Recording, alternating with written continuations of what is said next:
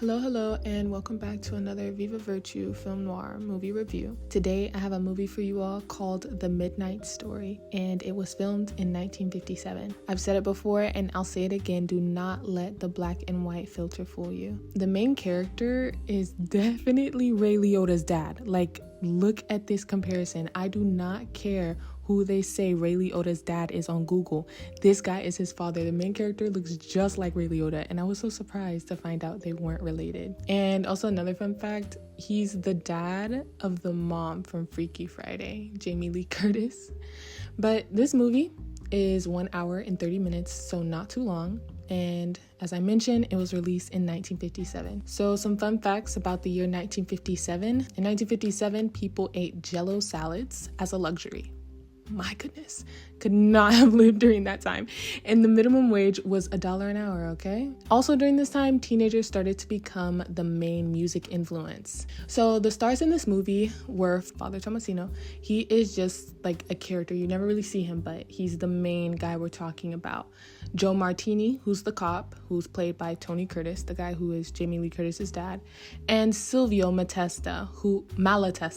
Even though he's a hothead, like he's portrayed with both warmth and a little bit of mystery. So he makes viewers question, like, wait, what is he like? Is he, like you don't really know like what his true nature is, because he's just portrayed so differently, like very contrasting in each scene. And then we have Anna, and Anna is Malatesta or Silvio's niece or cousin, and she's really cool. Like she definitely lightens the plot. She provides some emotional depth and adds the romantic subplot that the film noirs have to have, that will complicate Joe Martini, who is a cop, that will complicate his investigation. So the plot takes place in an immigrant Italian family who is from the Bay Area, California. And I think it's so funny how no matter where the Italian family is located in the USA, they always will have a New York accent. I don't care if they're in Minnesota, they will have a New York accent in these movies. But we really get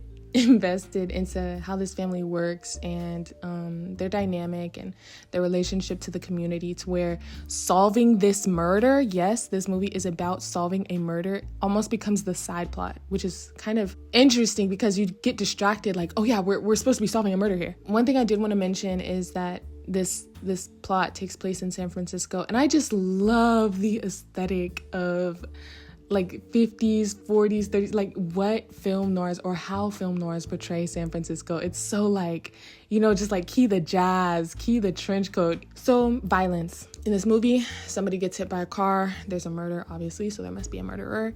But the murder is not shown, which I like. It's just, this happened. What is our response to it? There's a fist fight in a club, and as I said, there's talk of murder. So PDA. Since Anna is the romantic interest here, like there's a kiss shared, but I mainly only review PDA and violence because those are things that can irritate me, because I am so scarred from modern filmmaking, so scarred. So that is why I watch film noirs, by the way, guys, if you didn't know. But yeah, nothing too serious here. But themes, let's go to themes in the movie. So themes in the movie that I was able to extract were justice versus being loyal. And as I said, we're talking about, getting involved in this family who we love. So even though we love someone, like, do we still need to be just, And that's a question that the movie will actually ask you to make, and then they will give us our answer at the end. I'm not spoiling yet, okay? The next part of this review may or may not include spoilers for you, so if you don't want to hear spoilers, just go ahead and pause right now. So the strengths of this movie, I did like how Joe Martini and Silvio Malatesta interacted with each other. It was very realistic, it wasn't like we were watching vaudeville. It was very realistic. Also, there was a lot more emotional involvement behind this murder because, Joe Martini, like, he was an orphan, so he was really, he had a connection to the murder that happened. Like, it wasn't just like, oh, let me solve this, like he went undercover, like, with the whole family. I was like, oh my goodness. And so to see him fall in love with this family, but also have, like, a deep bond with this guy who got murdered, like, that was really tough to watch. It's like, oh my goodness, what is he gonna choose? That's why I said, like, one of the themes that I picked out was like justice versus loyalty. Like, what is he going to choose? And that's why I liked how the movie ended with Malatesta getting killed the way he did, like getting deleted the way he did. I already said it, so whatever.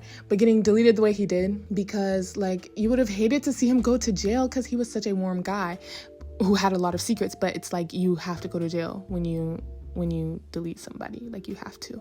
So that's why I like the way it ended, because I don't think I would have been happy if he, you know, ended up getting locked up and all this stuff, because it's like he had two different lives, like two different histories. Like, he was this person over here when he was in the war who did do bad things, and then he brought that home because of his guilt and whatnot. But then he really loved his family.